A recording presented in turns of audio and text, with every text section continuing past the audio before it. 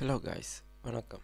இன்றைக்கி நாங்கள் பார்க்க போகிற விஷயம் வந்து ஃபேஸ்புக் பேஜஸ். புது ஃபேஸ்புக் பேஜ் க்ரியேட் பண்ணலாம், அதை எப்படி மெயின்டைன் பண்ணுற, அதில் என்னென்ன டீட்டெயில்ஸ் நீங்கள் ஆட் பண்ணணும், உங்களை சர்ச் பண்ணுற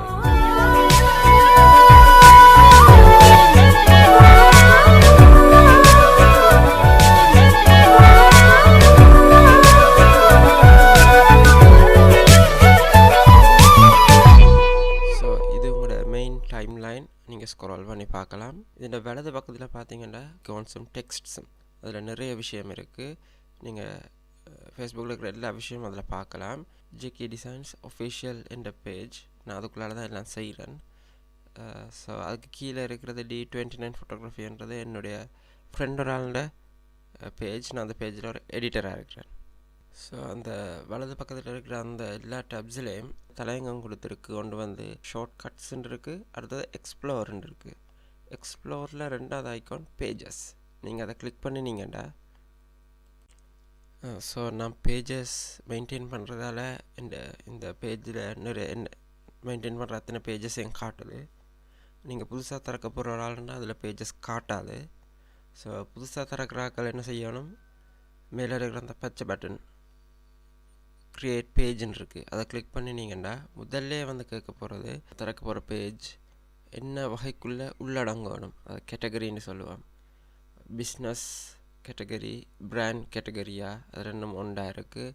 ஸோ பிஸ்னஸ்ண்டா வியாபாரம், பிராண்டண்டா ஏதாவது ஒரு உற்பத்தின்ற பேராக இருக்கலாம். நீங்கள் அதை என்னவும் வச்சுக்கொள்ளலாம்.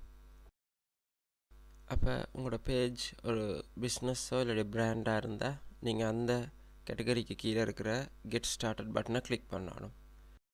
அப்படி இல்லாட்டி கம்யூனிட்டியாக பப்ளிக் ஃபிகரான்னு கேட்டிருக்கு. கம்யூனிட்டின்னா சமூகம் சார்ந்தது.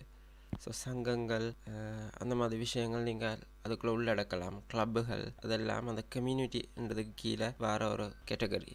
அடுத்தது பப்ளிக் ஃபிகர்னா சமூகம் அறிந்த ஒரு ஃபேமஸான ஆள் எடுக்கலாம். அதாவது கவிஞர்கள், பாடகர்கள், நடிகர்கள் எல்லோரும் வர்றது பப்ளிக் ஃபிகர்ன்றதுக்கு கீழே. ஸோ கெட் ஸ்டார்டட் பட்டனை கிளிக் பண்ணினா உங்களை அடுத்த பேஜுக்கு கொண்டு போகும். ஸோ இன்றைக்கு நான் இந்த பேஜ் க்ரியேட் பண்ண போகிறது, நான் வெளியிட்ட ஒரு ஆப்புக்கு JK0002 என்ற பேரில் ஒரு ஆப் வெளியிட்டிருக்கிறேன். நீங்கள் போய் கூகுள் ப்ளேயில் பார்க்கலாம். அந்த ஆப்பின் மூலம் நீங்கள் இலங்கையில் இருக்கிற என்ன இடத்தையும் சர்ச் பண்ணி பார்க்கலாம். இலங்கைக்குள்ளே எல்லா இடத்தையும் சர்ச் பண்ணி பார்க்கலாம். ஸோ இதில் எல்லா இடங்களையும் பார்க்குறது மட்டும் இல்லை, நீங்கள் இதில் சர்ச் பண்ணி தேடுற ஒவ்வொரு இடத்தையும் இந்த ப்ளஸ் மார்க் மூலம் நீங்கள் அதில் சேவ் பண்ணி வைக்கலாம் இந்த ஆப்புக்குள்ளே. ஸோ நீங்கள் சேவ் பண்ணி வைக்கிற அந்த பிளான்ஸை நீங்கள் லேட்டர் ட்ரிப் போகும்போது உங்களுக்கு பார்க்கலாம் அதே ஆர்டரில். அதே போல் நீங்கள் அந்த பிளான்களை இருக்கிற ஏற்கனவே நீங்கள் செஞ்ச பிளானுக்கும் சேவ் பண்ணலாம், அல்லது புதுசாக ஒரு பிளான் க்ரியேட் பண்ணி சேவ் பண்ணலாம். நீங்கள் மல்டிபிள் பிளான்ஸ் இந்த ஆப்பில் வச்சுருக்கலாம். மென்யூஸாக சர்ச் இருக்குது, அது முன்னால் நாங்கள் சர்ச் பண்ணினிடம். அதே போல் பிளான் இருக்குது, இல்லை நான் சாம்பிளுக்கு ஜெஃப்னான்ற ஒரு பிளான் போட்டு வச்சேன் நான். அதே போல் பட்ஜெட்டும் நீங்கள் இதுக்குள்ளே கேல்குலேட் பண்ணிக்கொள்ளலாம். ஒரு ட்ரிப்புக்கு நீங்கள் ஒரு ஜேர்னிக்கு எவ்வளவு நீங்கள் செலவழிக்கிறீங்கன்றதையும் கேல்குலேட் பண்ணிக்கொள்ளலாம். So if you are a ட்ராவலை யூஸ் பண்ணி பாருங்க அப்போ எவ்வளோ யூஸ்ஃபுல்லாக இருக்குன்னு. ஸோ அப்போ இந்த ஆப்புக்கு நாங்கள் இந்த பிஸ்னஸ் பேஜை கெட் ஸ்டார்டடை கிளிக் பண்ணி அதில் கேட்குற அந்த இன்ஃபர்மேஷன்ஸை அதுக்கு ஃபீட் பண்ணுங்க. முதல்ல பேர் கேட்குது, ஸ்பெல்லிங்ஸ் கட்டாயம் பாருங்க, பேரை சரியாடிங்க. ஸோ உங்களோட பேஜ் என்ன வகை சார்ந்ததுன்னு கேட்குது. அப்போ அதில் என்ன கேட்டகரின்னு கொடுங்க. என்ன ட்ராவல்ஸ்ன்றபடியாக நான் ட்ராவல் அண்ட் ட்ரான்ஸ்போர்ட் ரெண்டுக்கும் கொடுக்குறேன். ரெண்டு சர்வீஸ் நான் கொடுக்க போகிறேன். அடுத்ததாக உங்களோட அட்ரஸ். ஸோ அட்ரஸ் கட்டாயம் கொடுங்க. என்ன ஒரு பிஸ்னஸ்ன்னா அந்த அட்ரஸை தேடி ஆக்கள் வருவினம். அதோட ஜிப் கோட் கேட்டிருக்கு, அது நீங்கள் விரும்பி நான் கொடுக்கலாம். ஜெஃப்னாண்ட ஜிப் கோட் 4000. உங்களோட ஃபோன் நம்பர் இதில் நீங்கள் கொடுக்கணும். அப்போ தான் கஸ்டமர்ஸ் உங்களை டிரெக்டாக கால் பண்ணுவினோம். இப்போ இந்த கீழே ஒரு டிக் ஒன்று இருக்குது, இந்த டிக்கை கொடுத்தா உங்களோட அட்ரஸை ஃபேஸ்புக் பேஜில் காட்டாது. அப்படி காட்ட விரும்பாதாக்கள் அந்த டிக்கை கொடுக்கலாம். இந்த பிஸ்னஸ் இந்த அட்ரஸ் எல்லோரும் தெரிஞ்சுக்கொள்ளணும். அதாண்டி நான் அந்த டிக்கை எடுத்துகிட்டு நெக்ஸ்ட் பண்ணுறேன். ஸோ பேஜ் க்ரியேட் ஆகிட்டு இப்போ நாங்கள் இதில் ஒரு வெல்கம் மெசேஜ் ஒன்று போட்டு விடுவோம். இப்போதைக்கு வேறு ஒன்றும் போடுறதுக்கு நான் தயாரிக்கையில். ஸோ உங்களோட லோகோ கீழே காட்டுது, போஸ்டல் மாதிரி காட்டி கொண்டிருக்கும். இது உங்களோட நார்மல் அக்கௌண்ட்டை போல தான் போஸ்ட் இருக்குது, அதுக்கு லைக், ஷேர், கமெண்ட் எல்லாமே நீங்கள் செய்யலாம். ஸோ இந்த பேஜில் போடுற போஸ்ட்டுகளை காட்ட போகிறது இந்த பேஜில் லைக் பண்ணுற ஆக்களுக்கு மட்டும்தான், அடுத்த ஆக்களுக்கு காட்டாது.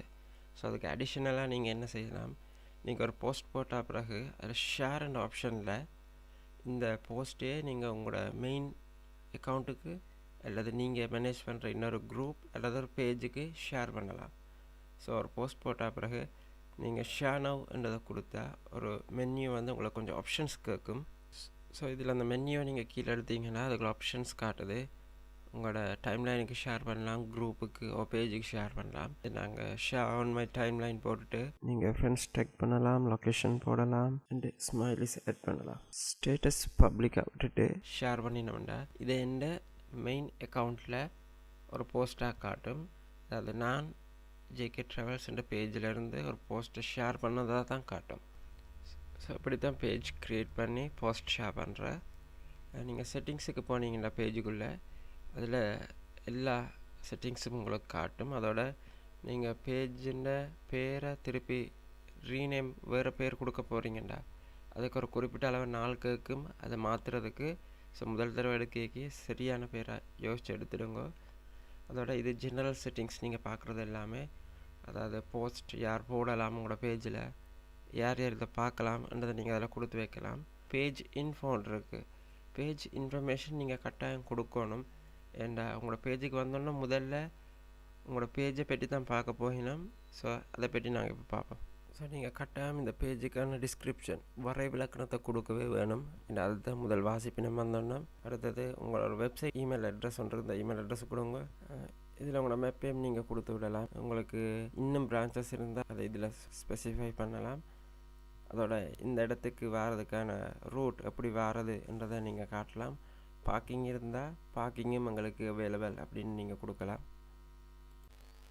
ஸோ இது முக்கியமான விஷயம் என்னென்னா டைம், இந்த கடை எத்தனை மணிலேருந்து எத்தனை மணி மட்டும் திறந்துருக்கும் எப்போன்றதை நீங்கள் இதில் கொடுக்கணும். இந்த பேஜை பார்த்தீங்கன்னா அதில் நான் கொடுத்துருக்கேன். ஒவ்வொரு பேஜின் அபவுட்டுக்கும் போனீங்கன்னா அதில் நீங்கள் அங்கே போட்ட டிஸ்கிரிப்ஷன், லொக்கேஷன் எல்லாம் காட்டுதல், டைமிங் காட்டும். அதோட இப்போ அந்த கடை மூடி இருக்கா திறந்துருக்கான்னு அதில் ஒரு அப்டேட் காட்டிக்கொண்டு இருக்கும். நீங்கள் கொடுத்த டைம் வந்த பிறகு கடை ஓப்பன், அதாவது ஷாப் ஓப்பன் அல்லது க்ளோஸ்ட் நவ்னு காட்டிக்கொண்டிருக்கும். ஸோ இது ஒரு இம்பார்ட்டண்டான விஷயம், கட்டாயம் அதில் கொடுத்து வைக்கணும். கீழே கேட்டிருக்கு, அதை நீங்கள் விரும்பினா நிரப்பலாம். இம்ப்ரெஷம்னா நீங்கள் ரெஜிஸ்டர் பண்ணின ஒரு பேர் ஒன்று உங்களுக்கு இருந்தால் நீங்கள் அதை இந்த இடத்துல கொடுக்கலாம். இந்த JK டிசைன்ஸ்ன்றதை ரெஜிஸ்டர் பண்ணியிருக்கு. ஸோ நான் அதை எந்த பேஜில் கொடுத்துருக்குறேன். ட்ராவல்ஸ் நான் ரெஜிஸ்டர் பண்ண இல்லை, அது ஜஸ்ட் ஆப்பாக போகிறதால நான் ரெஜிஸ்டர் பண்ண இல்லை. அதோட நீங்கள் இதுக்கு வர கஸ்டமர்ஸுக்கு ஆன்லைன்லேயே சர்வீஸ் கொடுக்குறீங்கடா, இல்லாட்டி ஆன்லைன் இது ப்ராடக்ட்ஸ் விற்கிறீங்கன்னா நீங்கள் அதில் டிக்கை கொடுக்கலாம். அப்படி இல்லாட்டி அதை கொடுக்க தேவையில்லை. அண்டு இது உங்களோட டிரெக்டர் ஆஃப் போர்ட் தான் இந்த பேஜை நடத்தினோம்னா அவ தான் இந்த இடத்துல அதுக்கு தான் இந்த இடத்துல டிக்கை கொடுக்கணும். அதாவது ஹெட் குவார்ட்டர்ஸ் தான் இந்த பேஜை மெயின்டைன் பண்ணது. இப்போ தேவையில்லை, அதெல்லாம் விடுவோம். அடுத்தது ப்ராடக்ட், அதாவது என்னென்ன உற்பத்திகள் நீங்கள் இந்த நிறுவனத்தின் ஊடாக விற்பனை செய்கிறீர்கள் என்று அதில் கொடுக்கலாம். கம்பெனி ஓவர்வியூ, அதாவது இந்த நிறுவனம் சார்ந்த ஒரு சிறு குறிப்பு நீங்கள் அந்த இடத்துல எழுதணும். அதாவது நிறுவனம் இப்போ தொடங்கப்பட்டது, இப்போ என்ன நிலைக்கு படிப்படியாக முன்னேறி இருக்கிறோம், இந்த மாதிரி ஒரு வரை விளக்கணும் நிறுவனம் சம்மந்தமாக நீங்கள் அந்த இடத்துல எழுதணும். அடுத்தது ஃபண்டட் பை, யார் இந்த நிறுவனத்தை தொடங்கினது, அதோட உங்களோட கம்பெனி எதுவும் விருதுகள் பெற்றிருந்தா அவார்ட்ஸ் நீங்கள் அந்த இடத்துல அதை எழுதலாம். உங்களோட கம்பெனிக்கு பாலிசிகள் இருந்தால், அதாவது விதிமுறைகள், அதையும் நீங்கள் அந்த கீழே கடைசியாக இருக்கிறதுல குறிப்பிடலாம் என்னென்ன விதிமுறைகள்ன்ட்டு. ஸோ இது இவ்வளோ தான் இன்றைக்கு நாங்கள் பார்க்குறோம். இது தவிர உங்களுக்கு வேறு எதுவும் சந்தேகங்கள் இருந்தால் யூடியூப் சேனலில் கீழே கமெண்ட்டில் போடலாம். லைக் பண்ணி சப்ஸ்கிரைப் பண்ணுங்கள். இன்னும் நிறைய டுட்டோரியல்ஸ் தமிழில் செய்கிறதுக்காக நான் ரெடியாக இருக்கிறேன். தேங்க்யூ.